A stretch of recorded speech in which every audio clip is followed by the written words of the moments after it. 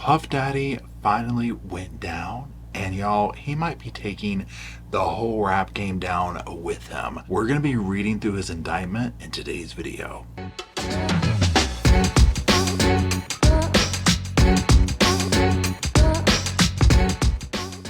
Hello Sofa Squad and welcome back to the sofa. The sofa's back there and my name's Paul if you're new to the channel. Now before we jump into things, if you've been following me, you'll know we did get two new little additions to the channel. Our new little mascots, if you will. This is Bo William and Luke Connor, and they just woke up from a nap. And so we are going to see how this goes, because it might very well be playtime, or it could be we're going back down to sleep. But either way, they're being calm right now, and it's going to be comforting with what we're going to be reading over today, I'm not going to lie. So just know that. I do have one of their little crate kennel things behind me in case they do want to go lay down and want to, play too much in my hands. We're just going to see how it goes and whatnot. They're too young to sit on the sofa. Number one, they might fall off. Number two, with this video, I might fall off the damn sofa, okay? So there's that. Now, what we are going to be doing today, number one, y'all, mega trigger warning, okay? Mega trigger warning. Today's video is not going to be a light one. We are reading through the Puff Daddy sealed indictment. Obviously, it's not sealed anymore. Now, you'll see on the screen where I got this from. It's from justice.gov, and I'll put the direct link down below if you want to go read the whole thing and not hear me, reading it and whatnot. So it's 14 pages. So buckle up. I'm going to make commentary probably along the way because I'm not going to lie, at this stage in life, I'll forget what I want to say towards the end. I have not read through the whole thing. I have seen TikToks. I've, kind of got bits and pieces following the news. But then when this went down and the things, I'm like, I have to read through this. To put into context, when I was growing up, like high school, early 20s, Puff Daddy, Notorious Biggie Smalls, B.I.G., Lil' Kim, y'all, they had it on lock, okay? Puff Daddy was the rap game, okay? So this to me is like, oh my God, I don't know really who, maybe Nicki Minaj for this generation, to put into context. You know what I mean? Of being like, whoa, okay? It sounds like this dude is a horrible human being and has been doing horrible things to people for a long time. So that's what we're going to do. I'll put it on the screen as we read through it. We'll go through it. And again, just, if this kind of stuff we're talking about SA, we're talking about just a lot of really grotesque behavior. So if this type of stuff does bother you, this video is not for you. I'm just not going to even lie. See, even little Bo William says he's like, Dad, I might need a little bit of a trigger warning on this one. I'm sorry. So that's it. So let's go ahead and jump in and see what he's been up to. Okay, so at the top, you do see United States of America versus Sean Combs, Puff Daddy, P Diddy, Diddy, PD, Love, the defendant. Count 1, racketeering conspiracy. The grand jury charges, and it gives an overview. Now, number 1, in the beginning, it just gives all those little nicknames, aliases that he goes by. And it says the defendant abused, threatened, and coerced women and others around him to fulfill his, we'll just say, adult desires, protect his reputation, and conceal his conduct. To do so, Combs relied on the employees, resources, and influence of the multifaceted business empire that he led and controlled, creating a criminal enterprise whose members and associates engaged in and attempted to engage in, among other crimes, trafficking, forced labor, kidnapping, arson, bribery, and obstruction of justice. Yo, that's just number 1, okay? Mouth is on the floor, and we haven't even gotten into all the details of it. Okay, so that's an overview of what we're dealing with. So jump ship now if you need to, right? Okay, so number 2, Sean Combs, and again it just goes into these aliases. The defendant operated his business headquartered at various times in Manhattan and LA under a variety of United States-based corporate entities, including Bad Boy Entertainment. See, that's what I remember him always talking about, Bad Boy in his songs and stuff. Combs Enterprises, Combs Global, collectively the Combs Business. Corporate entities in the Combs Business included, among other things, record labels, a recording studio and apparel line, an alcoholic spirits business, a marketing agency, and a television network and media company. I mean, this dude had so much stuff, y'all. It's insane. Like I said, this dude, he represented the industry, right? They had this on lock. When I say they, I'm just thinking of that whole crew. Now, also, this is where my mind's going. Again, there's so many questions. I'm like, what did Lil' Kim know? Okay, I mean, I'm just like, what does she have to say? Obviously, Biggie can't speak. He's gone. But now it's like, well, did this have something to do with that? There's so many other questions. I'm also seeing a lot of people online talking about J-Lo.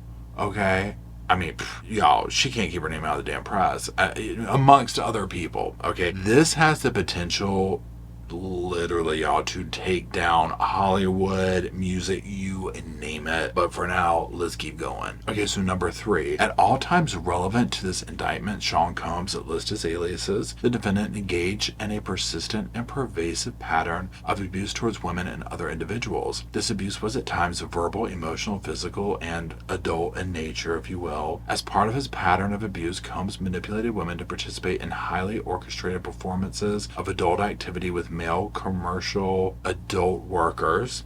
At times, Combs and others acting at his direction made arrangements for women and commercial adult workers to fly to Combs' location. Combs ensured participation from the women by, among other things, obtaining and distributing narcotics to them, controlling their careers, leveraging his financial support, and threatening to cut off the same, and using intimidation and violence. I mean, y'all, this is insane, okay? Number 4, physical abuse by Sean at listed aliases, the defendant, was recurrent and widely known. On numerous occasions from at least in or about 2009 and continuing for years, Combs assaulted women by, among other things, striking, punching, dragging, throwing objects at, and kicking them. These assaults were at times witnessed by others and included one instance at a LA hotel in or about March 2016, which was captured on video and later publicly reported, where Combs kicked, dragged, and threw a vase at a woman as she was attempting to leave. Wow, okay. When a member of the hotel security staff intervened, Combs attempted to bribe the staff members to ensure silence. There you go.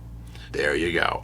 Combs' violence was also not limited to these women. It extended to his employees, witnesses to his abuse, and others. I mean, here's the thing. So it's all making sense, right? I mean, you see what he was doing. You know what this is giving?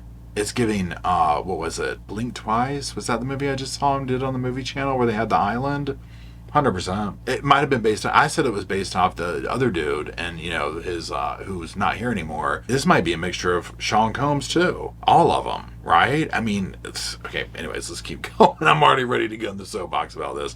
Let's keep going. So Sean Combs lists aliases. The defendant used the Combs business, including certain employees, to carry out, facilitate, and cover up his abuse and commercial adult activities. Those employees, including security staff, household staff, personal assistants, and high-ranking supervisors, and other close associates, acted as Combs' intermediaries, and their conduct was facilitated and assisted by Combs' control of the Combs business. Now we're going to go into the Combs enterprise. Now this will be interesting because clearly this was funding all of this insanity, right? From at least in or about 2008 through on or about the date of the filing of this indictment, Sean and all his aliases, the defendant, and others known and unknown were members and associates of a criminal organization, the Combs Enterprise, or the Enterprise. Members and associates of the Combs Enterprise engaged in and attempted to engage in, among other activities, as trafficking, forced labor, interstate transportation for the purposes of people selling adult activities, coercion and enticement to engage in selling adult activities, narcotic offenses, kidnapping, arson, bribery, and obstruction of justice. Well, it sounds like a real nice group of friends. Real nice group of friends you met there at school, Johnny. I mean, come on. So now this is one thing that makes me think, like, you know how in like a lot of like rap, like if you're talking like street hip hop, like gangbang, that type thing, where they're like talking about all these crimes and stuff like that, and I'm just like, is this what he was talking about? Because at a certain point with him, I'm like, dude, you can't still be running the streets, right? You have too much money. But apparently it was. Okay. I mean, it's just like that wasn't enough. Fame, money, and power, and this is what he was allegedly doing with it. Again, next level. Let's keep going. Okay, so number 7. The Combs Enterprise, including its leadership, its members, and its associates, constituted an enterprise as defined by Title 18 United States Code, Section 19614, that is a group of individuals associated in fact, although not a legal entity. The Combs Enterprise consisted of Sean, at list his aliases, the defendant. Entities within the Combs business included but not limited to Bad Boy Entertainment, Combs Enterprises, and Combs Global. people, individuals employed by and associated with the Combs business, and others known and unknown. Number 8, the Combs enterprise constituted an ongoing organization whose members functioned as a continuing unit for a common purpose of achieving the objectives of the Combs enterprise. The Combs enterprise was engaged in and its activities affected interstate and foreign commerce.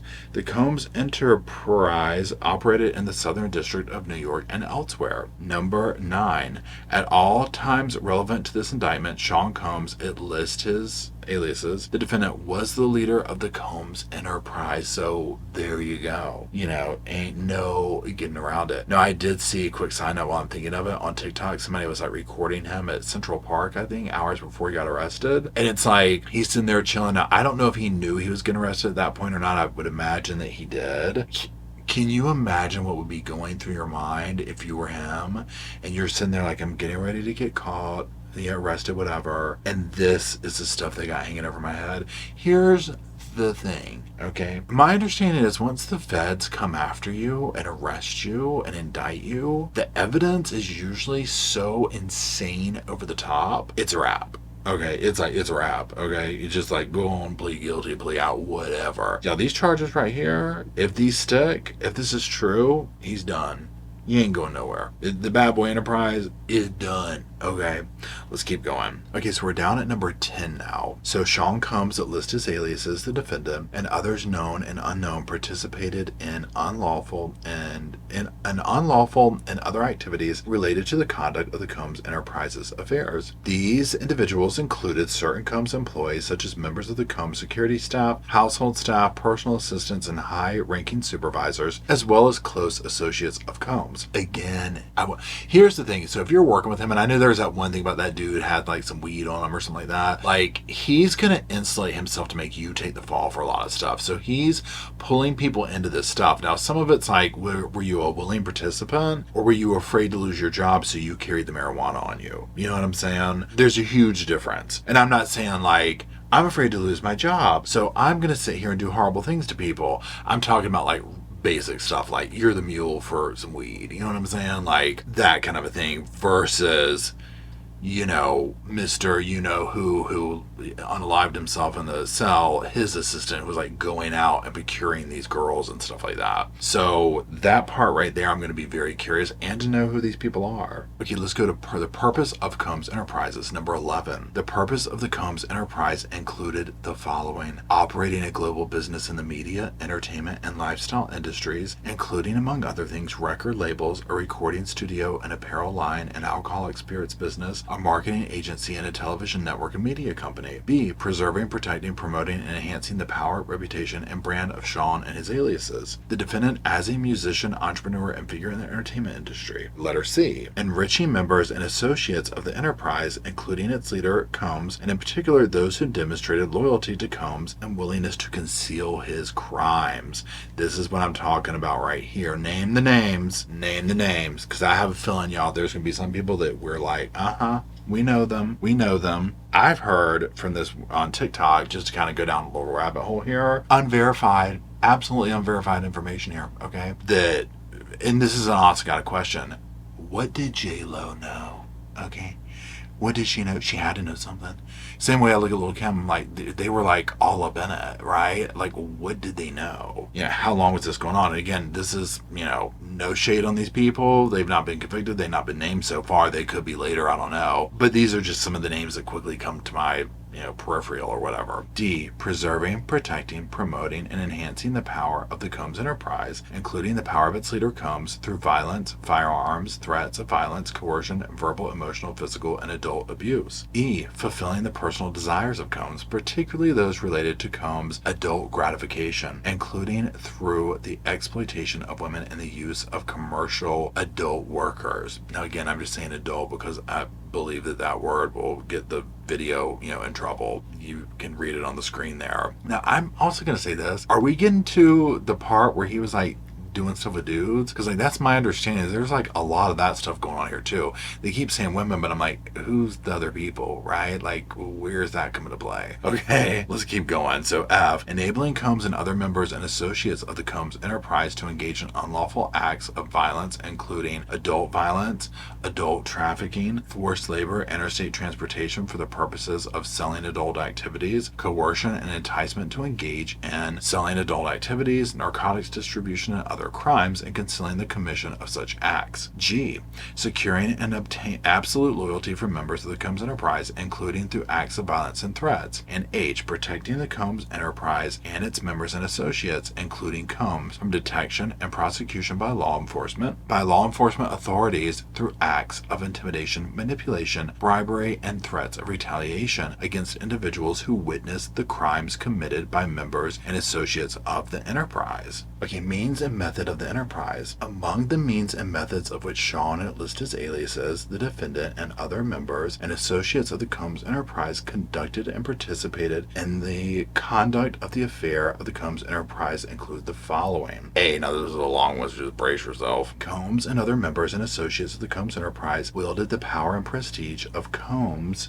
role at the Combs business to intimidate, threaten, and lure female victims into Combs' orbit, and under the pretense of a romantic relationship. Combs then used force, threats of force, and coercion to cause the victims to engage in extended adult acts with a male commercial adult workers that Combs referred to as, among other things, freak-offs. Oh my God, I cannot roll. Drink it from the cup. If I didn't have the dogs in my hand, I'd drink it from the cup over that. Freak-offs were elaborate and produced adult performances that Combs arranged, directed, pleasured himself during, and often electronically recorded. In arranging these freak-offs, Combs, with the assistance of members and associates of the Combs enterprise, transported and caused to be transported commercial adult workers across state lines and internationally. Freak-offs occurred regularly, sometimes lasted multiple days, and often involved multiple commercial adult workers.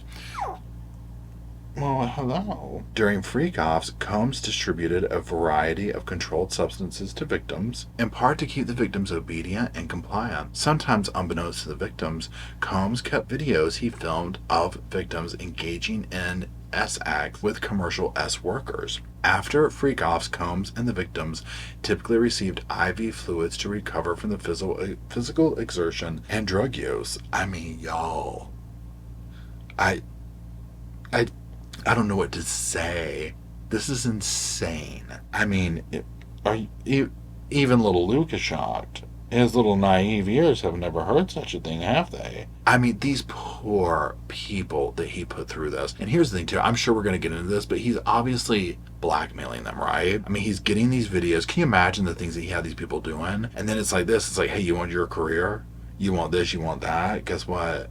You're going to do this, or I'll put this out there. And trust, he would and did, right? Okay, let's go on down to B. Members and associates of the Combs enterprise, including high-ranking supervisors, security staff, household staff, personal assistants, and other Combs business employees facilitated the freak-offs by, among other things, booking hotel rooms for the freak-offs, stocking the hotel rooms in advance, and with the required freak-off supplies, including controlled substances, baby oil, lubricant, extra linens, and lighting, cleaning the hotel rooms after the freak-offs to try to mitigate room damage, arranging for travel for victims, commercial S workers, and Combs to and from freak-offs, resupplying Combs with requested supplies, delivering large sums of cash to Combs to pay the commercial S workers, and scheduling the delivery of IV fluids. In or about March 2024, during searches of Combs' residence in Miami, Florida, and LA, California, law enforcement seized various freak-off supplies,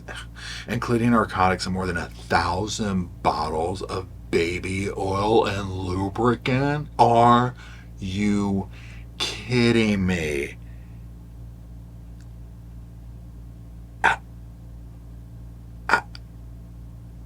I'm speechless, okay? But I guess if you have that kind of money, that just tells, I mean, so many things are going through my mind right now. I'm like, well, if you have that kind of money, I mean, I guess buying $1,000 bottles of that, it's like, oh, well, we'll just stock up. But then my next immediate thought is, that's how often and much you were doing this, that you needed 1,000 bottles on hand, that was like a logical decision in your mind when you're doing the grocery shopping and you're like, okay, well, we have 3 freak offs, so you know what, just go ahead and get 1,000 bottles.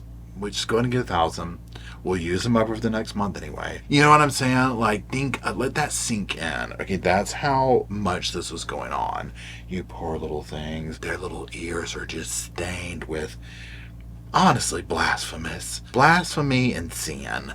Okay, let's just be honest. This is just too much. Oh my, I mean, y'all, I can't. Okay, let's keep going. Number C. I'm sorry, letter C. Let's just go ahead and just make a pact. I'm going to call the letter a number.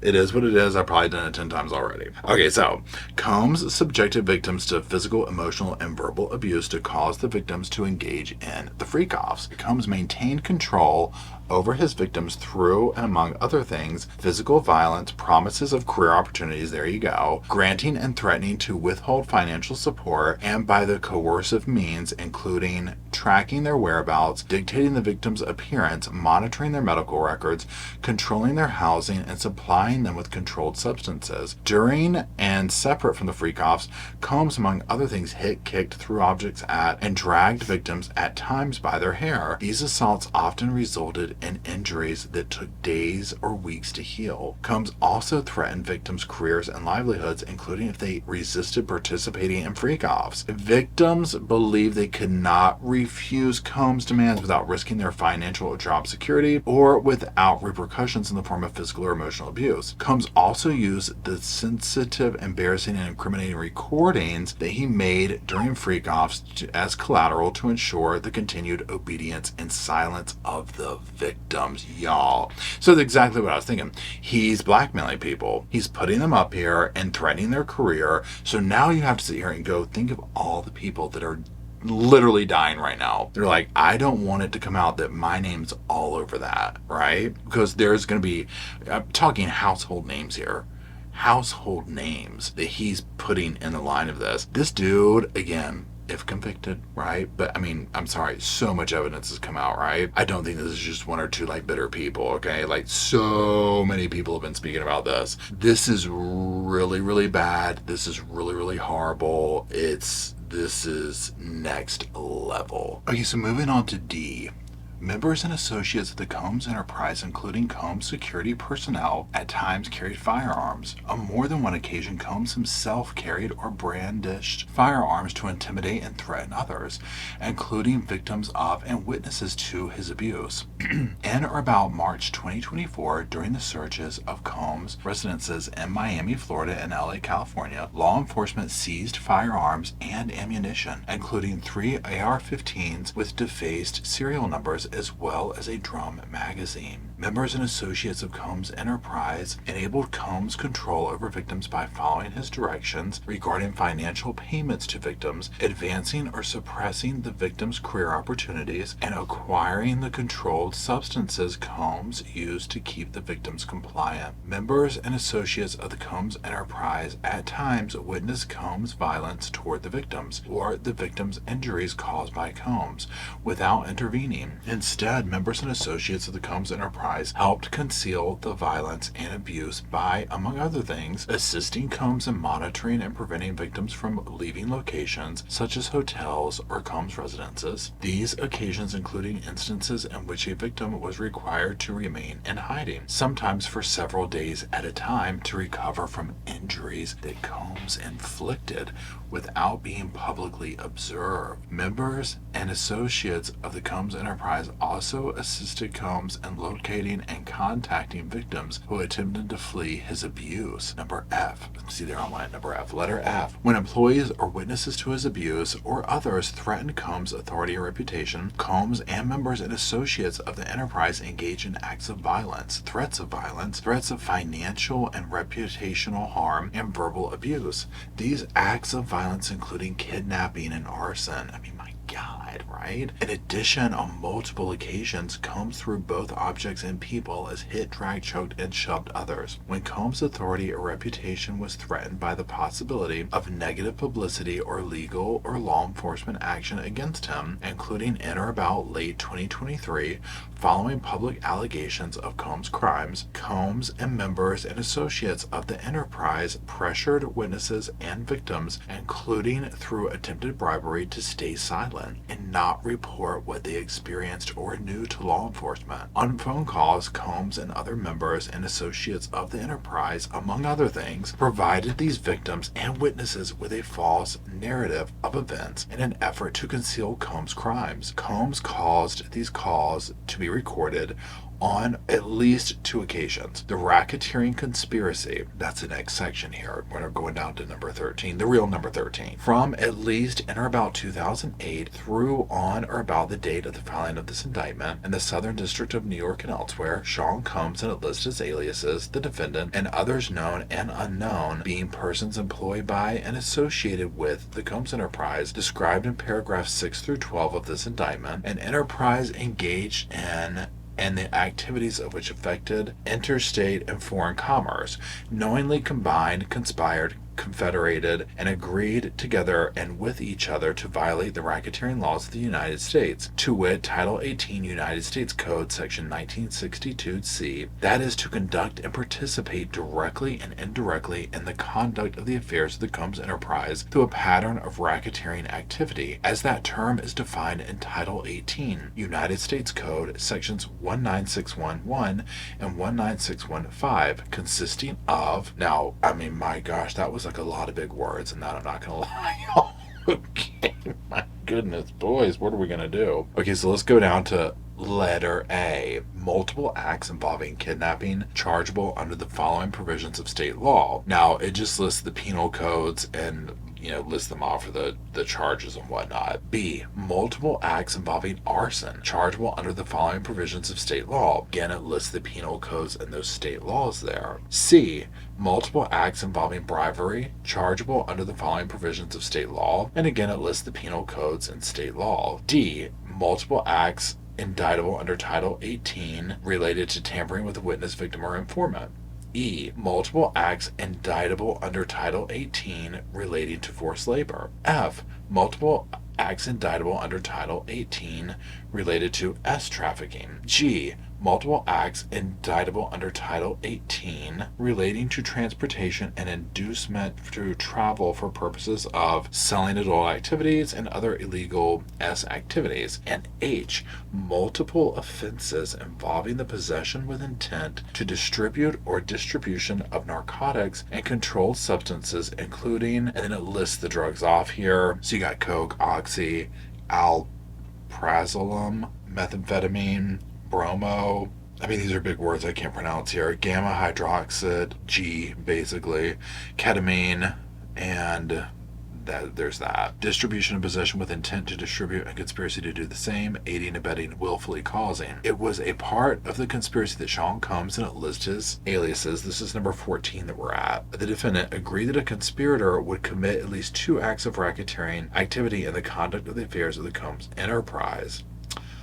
Okay, now notice the special sentencing factor, number 15. From at least in or about 2009 up to and including in or about 2018 in the Southern District of New York and elsewhere, as part of his agreement to conduct and participate in the conduct of affairs of the Combs enterprise through a pattern of racketeering activity, Sean, and it lists all his aliases, the defendant, agreed to, in and affecting interstate and foreign commerce, knowingly recruit, entice, harbor, transport, provide, obtain, advertise, maintain, patronize, and solicit by any means a person knowing and in reckless disregard of the fact, threats of force, fraud, and coercion as described in Title 18 United States Code Section 1591E2, and any combination of such means would be used to cause the person to engage in a commercial act in violation of Title 18 United States Code Section 1591A1 and B1. Okay, so now let's just go.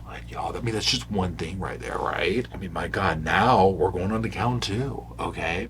Trafficking by force, fraud, or coercion. I'm sorry, please hold. I gotta drink it from the damn cup.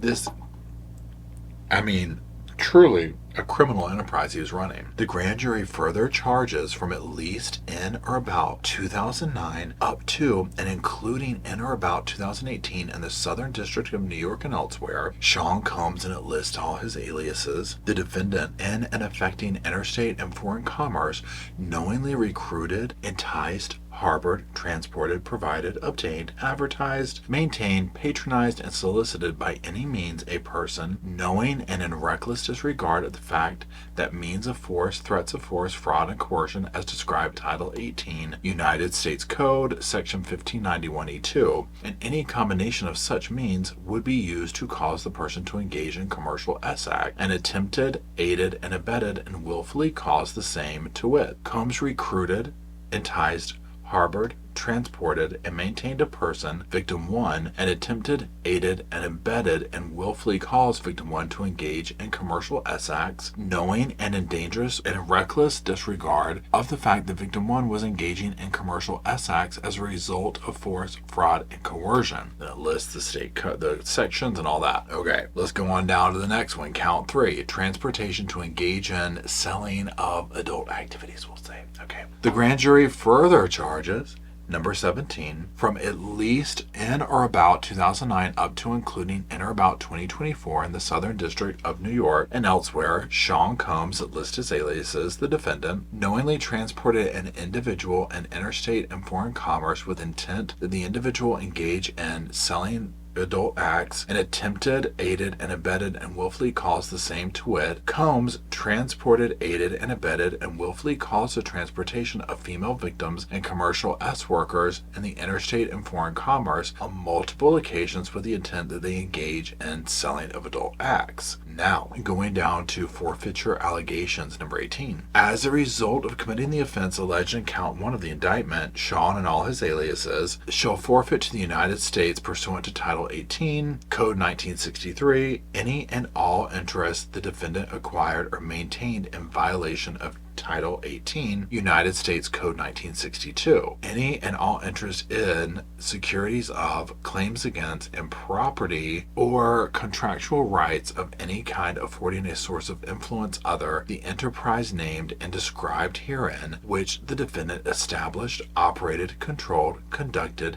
and participated in the conduct of in violation of Title 18, United States Code Section 1962. And any and all property constituting and derived from proceeds obtained directly and indirectly. Said offense, including but not limited to a sum of money in United States currency representing the amount of proceeds traceable to the commission of said offense. Now, this is very interesting to me, and I'd be very curious to hear a lawyer break that down, because the way I'm reading into it, and again, if you're new here, just understand that I'm not a lawyer, I'm not a cop, I'm not a therapist, I'm not none of that fancy credentialed stuff, okay? The only credentials we got here is the sofa, some sass, and some personality disorders, okay? And some little puppies, okay? So, there's that. We added that to the mix. So just know these are just my opinions and speculation and that kind of stuff, right? So, could they sit here and say, oh, well, because you coerced fill in the blank of like a megastar and you made all this commission off them, you're giving that money back. You see what I'm saying? Is it that basic, or are they just talking about like the videotape? Like, you recorded this stuff, we want it back, like forfeit, all that type of stuff over there.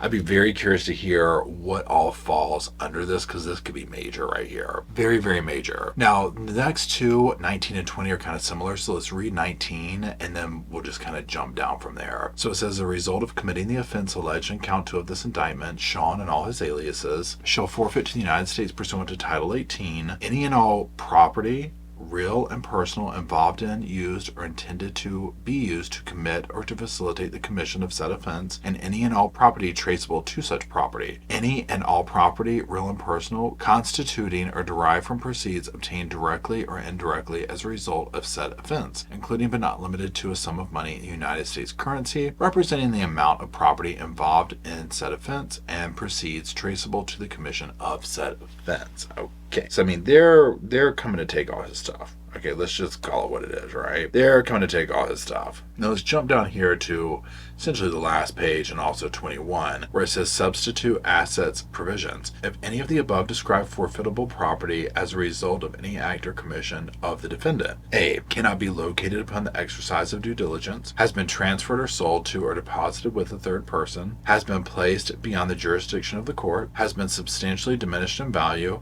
or has been commingled with other property which cannot be subdivided without difficulty. It is the intent of the United States pursuant to Title 18 United States Code 1963M, Title 21 United States Code Section 853P, and Title 28 United States Code Section 2461C to seek forfeiture of any other property of the defendant of up to the value of the above forfeitable property. And then it lists a bunch more codes, and then it's signed Damian Williams, United States Attorney. Okay, so yeah, so basically the way I read that last part is they're like, look, if he got tricky and signed stuff over and got rid of it and all that, well, guess what? That's fine. We're going to take other stuff. Oh, they coming for him, okay? P Diddy has done messed up, and they are coming to take everything from this man, right? Now, am I feeling bad for him? No. Obviously, at the time of this recording, he's not been found guilty. However, in the court of public opinion and TikTok receipts, let's just say he guilty 10 times over, right? Now, here's the thing. There's numerous victims in this. This is going to be another one of those scenarios, just like you-know-who up in New York, that, you know, with their little black book and all that type of stuff. There's going to be a lot of people that don't want to be put out there that might have mega careers that did some really bad stuff. Again, if you kind of go down the rabbit hole of this and like listen to TikTok, stuff like that, and I know I'm not using that as a reputable source, but nonetheless, you can start piecing it together and it's like, whoa, okay, this is unearthing all this like dark, sinister stuff that you see out there about the industry. It's right, this is right here. Okay, this is literally what's going on, right? And it's going to get exposed. It is being exposed. Him going down like this, I mean, this is major. First of all, let's just revisit a couple of things. These freak offs, I mean, even the name, right? And they would go for days, and then 1,000 things of baby oil, and then, you know, keeping people hostage because they're all bruised up and beat up. I'm telling you, it's that movie Blink Twice. I now think that that movie was based off him. So to round it out, am I shocked? No. But am I shocked? Yeah. You know what I'm saying? Anything like this is incredibly shocking and disturbing, no matter what. Like, the part of it that's like not shocking is that we just see this so often now. And I'm not diminishing the victim stories, but what I'm saying is that this seems to be all too common. Now that like the media world has changed, right? I grew up in a Hollywood where it was reserved for very few elite people. And, you know, I'm lumping the music business in there with that. I'm talking, you know, Michael Jackson. I mean, you can't achieve that level of fame.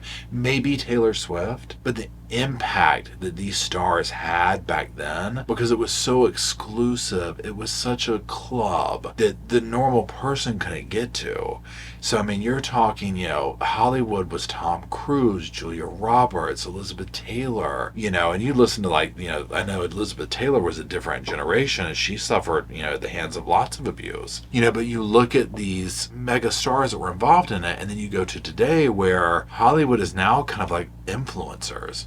You know, like your everyday person can become famous. So now with that and with the, you know, almost like with social media making everyone accessible, people that are doing things like P Diddy and all these crimes, they're coming to the surface, right? Because people are speaking out. It's like, it's no longer, you know, a bad boys club, right? It's like so many people can join it. But obviously he lived in a world where he was entitled to anything he wanted, including your body, your mind, your soul, you know, and he obviously was using careers.